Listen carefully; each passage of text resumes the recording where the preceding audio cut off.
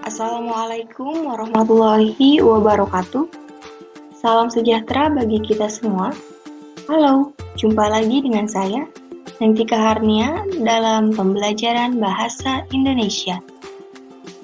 Anak-anakku sekalian, sebelum pembelajaran dimulai, alangkah baiknya kita berdoa menurut agama dan kepercayaan masing-masing. Berdoa dipersilahkan. Pernahkah kamu melihat dua pihak saling bertukar pendapat dengan mengemukakan berbagai alasan? Meskipun keduanya berada pada sudut pandang yang berbeda.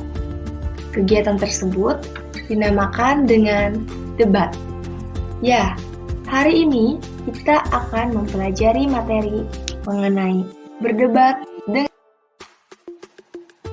Dalam pembelajaran ini, kamu akan belajar mengenai debat, memahami isi debat, sampai pada usaha mengembangkan isi debat secara lisan dan tertulis.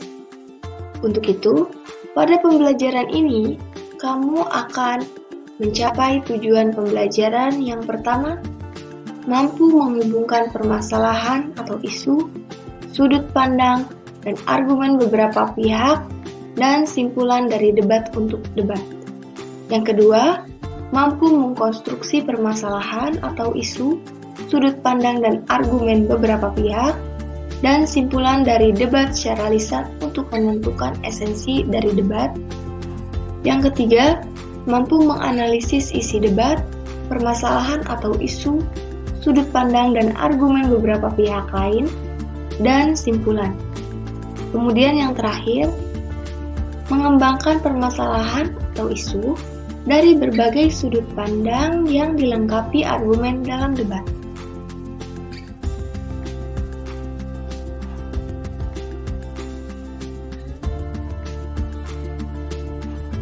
Apakah kamu pernah melakukan kegiatan berdebat? Jika iya, lantas apa sih yang dimaksud dengan debat? Debat ialah suatu proses saling bertukar pendapat untuk membahas suatu topik atau isu dari sudut pandang yang berbeda. Maksud di sini yaitu antara satu pihak dengan pihak lainnya, akan tetapi dalam mengemukakan pendapat-pendapat tersebut perlu disertai dengan adanya suatu informasi, data, dan bukti yang relevan atas argumentasi yang dikemukakan. Bagaimana? Dapat dipahami apa yang dimaksud dengan teks debat? Oke, selanjutnya kita kenali lebih dalam mengenai teks debat dalam tampilan selanjutnya. Selanjutnya yaitu jenis teks debat.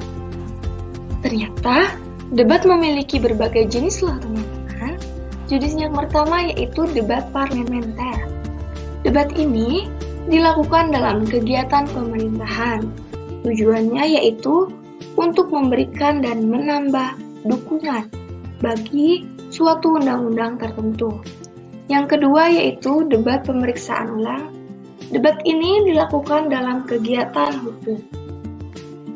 Maksudnya yaitu digunakan untuk memeriksa atau mencari suatu kebenaran dari suatu kejadian. Yang ketiga yaitu debat konvensional, formal, atau pendidikan. Debat ini dilakukan oleh siapa saja secara umum, dengan topik atau isu tertentu yang diangkat, bahkan tidak jarang debat jenis inilah yang digunakan media untuk ditayangkan. Tujuannya yaitu untuk memberikan kesempatan bagi dua tim pembicara untuk mengemukakan sejumlah argumen. Dan yang terakhir yaitu debat kompetitif. Debat kompetitif ini dilakukan untuk kepentingan sebuah perlombaan. Debat kompetitif tidak bertujuan untuk memberikan sebuah keputusan, melainkan hanya untuk diarahkan untuk mengembangkan kemampuan tertentu. Di kalangan pertanyaan, seperti untuk mengutarakan pendapat secara logis, jelas, dan terstruktur.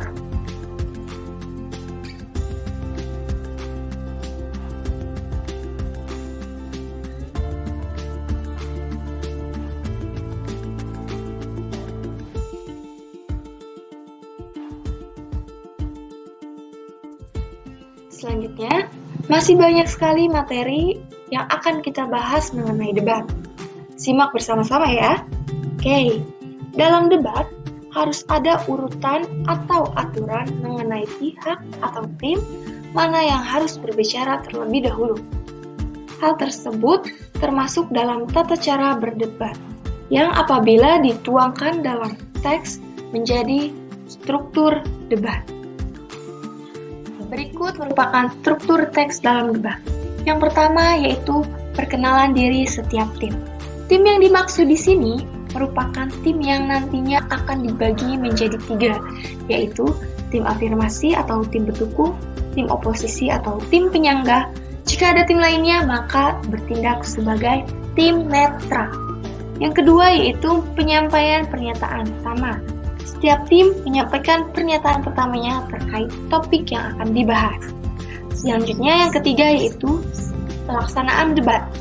Nah, pemimpin debat atau moderator mempersilahkan setiap tim untuk menanggapi pernyataan tim lain.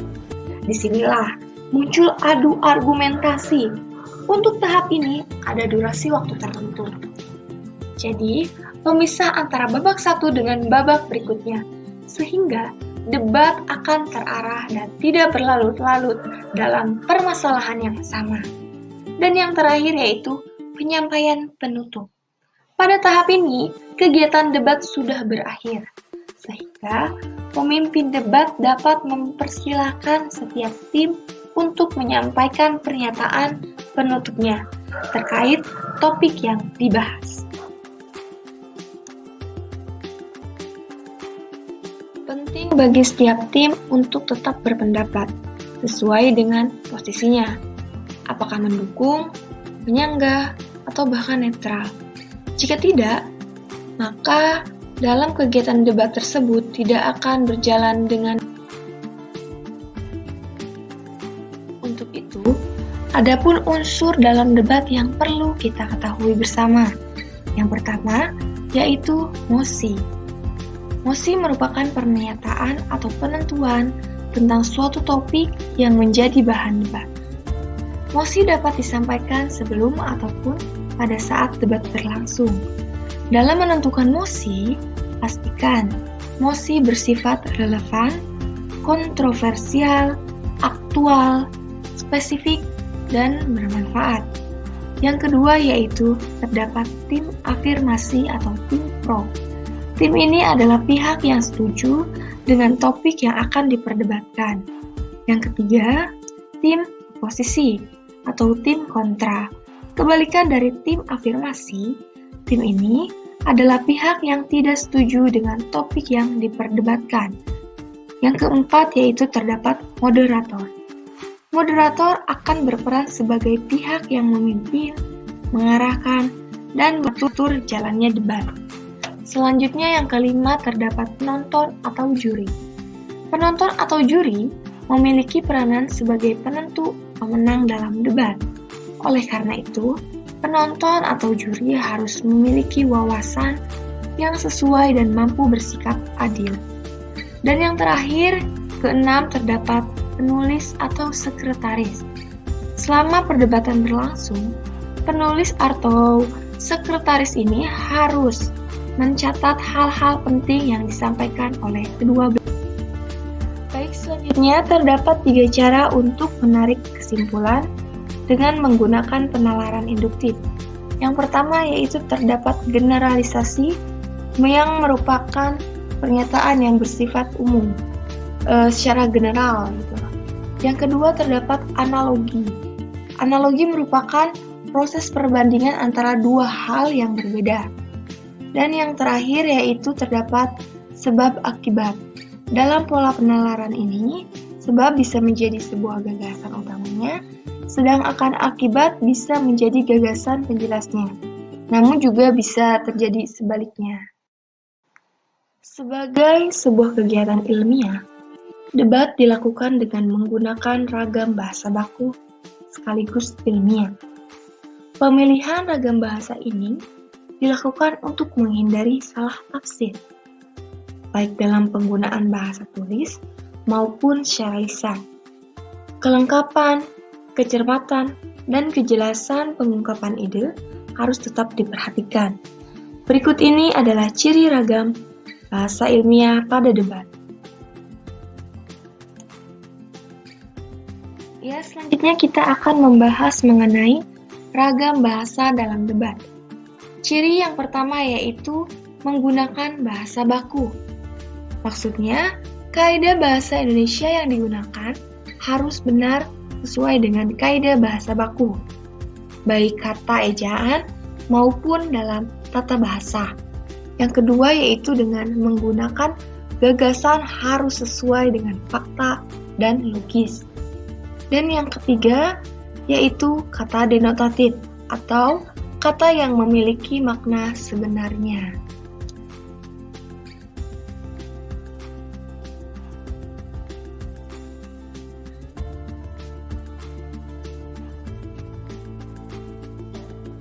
Sampai di sini bagaimana? Sudah paham? Nah, supaya pemahaman Anda mengenai materi debat lebih mantap lagi, maka Ibu akan memberikan tayangan contoh dari kegiatan debat. Selamat pagi hadirin. Selamat bergabung di kompetisi debat SMA Ruang Raya Jakarta. Debat kali ini yaitu tentang dilema penggunaan plastik antara efisiensi dan kerusakan lingkungan. Telah ada bersama kita dua kelompok yang akan saling berdebat pada kesempatan kali ini. Di sisi kanan saya ada tim afirmasi dan di sisi kiri saya ada tim oposisi. Tanpa membuang waktu lagi, mari kita simak pernyataan pertama dari kedua tim mengenai dilema penggunaan plastik antara efisiensi dan kerusakan lingkungan. Waktunya hanya 2 menit. Kepada tim afirmasi, dipersilakan. Menurut kami, plastik merupakan material yang praktis, hemat, dan tepat yang telah terbukti memudahkan kita dalam menjalani kehidupan. Banyak benda-benda yang kita gunakan terbuat dari bahan plastik yang terbukti lebih mudah dan murah digunakan. Tidak hanya kantong belanja, tetapi juga peralatan makan dan minum, bahkan perabotan rumah tangga. Antara plastik dan kerusakan lingkungan bukanlah hal yang berhubungan. Plastik tidak memberi andil bagi kerusakan lingkungan. Manusia selaku pengguna plastiklah yang menyebabkan lingkungan itu rusak. Jika yang memproduksi, mendistribusikan, dan mengonsumsi plastik adalah manusia, atau dengan kata lain manusia adalah subjeknya, mengapa plastik yang hanyalah objek justru dikambing hitamkan atas kerusakan lingkungan yang terjadi? Menurut kami, mengambing hitamkan plastik bukanlah hal yang tepat dan tidak dapat diterima dengan akal sehat. Luar biasa. Beri tepuk tangan untuk tim afirmasi. Selanjutnya, dipersilakan kepada tim oposisi untuk memberikan pernyataannya. Waktunya 2 menit, dimulai dari sekarang. Kami tidak sependapat dengan kelompok Anda. Plastik merupakan material yang tidak dapat terurai dengan cepat. Membutuhkan waktu ratusan tahun bagi mikroorganisme untuk dapat mengurai limbah plastik. Penggunaan plastik berdampak negatif bagi lingkungan. Sebagaimana yang diketahui, plastik yang mulai digunakan sekitar 50 tahun yang silam, kini telah menjadi barang yang tidak terpisahkan dalam kehidupan manusia. Diperkirakan ada 500 juta sampai 1 miliar kantong plastik digunakan penduduk dunia dalam 1 tahun. Ini berarti ada sekitar 1 juta kantong plastik per menit. Untuk membuatnya, diperlukan 12 juta barel minyak dan 14 juta pohon ditebang per tahunnya. Jika seperti itu, tidak selayaknya penggunaan plastik tetap dipertahankan. Harus ada alternatif lain untuk menggantikan plastik demi keberlanjutan lingkungan. Bagaimana dengan tim afirmasi? Apakah ada tanggapan? Kami tetap pada pendapat kami, bahwa ditinjau dari segi efisiensi dan ekonomi, plastik merupakan material yang mempermudah kehidupan.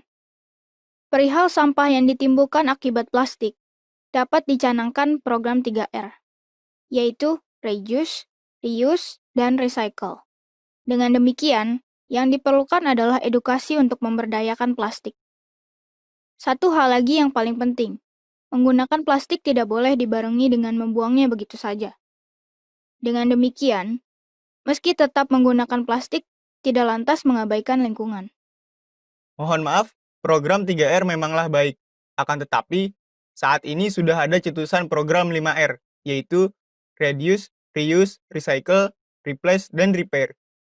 Terdapat kata replace dan repair yang tingkatannya sudah di atas recycle. Jadi, menurut kami, edukasi daur ulang plastik tidaklah cukup. Edukasi harus lebih dari itu. Kesadaran tentang kebiasaan yang harus diubah dan diperbaiki jauh lebih penting. Baik, waktunya habis. Kepada tim afirmasi dan tim oposisi, dipersilakan untuk memberikan pernyataan penutup. Terima kasih, moderator. Kami berpendapat bahwa tidak ada yang salah dengan menggunakan plastik. Meski begitu, perihal lingkungan tetap tidak boleh diabaikan. Tim oposisi, silakan. Menurut kami, membangun kesadaran masyarakat tentang pentingnya menjaga lingkungan dapat dimulai dari mengganti penggunaan plastik. Kalau kesadaran sudah terbentuk, selanjutnya dapat muncul inovasi-inovasi untuk menemukan produk penggantinya yang lebih ramah lingkungan. Luar biasa. Beri tepuk tangan untuk kedua tim. Pemirsa, menggunakan plastik atau menggantinya memang merupakan pilihan kita. Namun, berbicara soal lingkungan, jika bukan kita yang peduli, lalu siapa lagi? Anda yang menentukan. Itu tadi merupakan contoh dari kegiatan berdebat. Dengan itu, Ibu berharap kalian dapat memahami mengenai bagaimana cara untuk melakukan kegiatan berdebat dengan baik. Baik, untuk mengasah kemampuan kalian, Ibu akan menugaskan kalian untuk membuat sebuah video kegiatan berdebat. Pembuatan video dilakukan secara berkelompok, satu kelompok. Itu saja yang dapat Ibu sampaikan mengenai pembelajaran kali ini. Mohon maaf apabila ada kesalahan. Tetap selalu menjaga kesehatan dan menggunakan masker ketika bepergian ya. Terima kasih. Wabillahi taufiq wal hidayah. Wassalamualaikum warahmatullahi wabarakatuh. Sampai bertemu di pertemuan selanjutnya.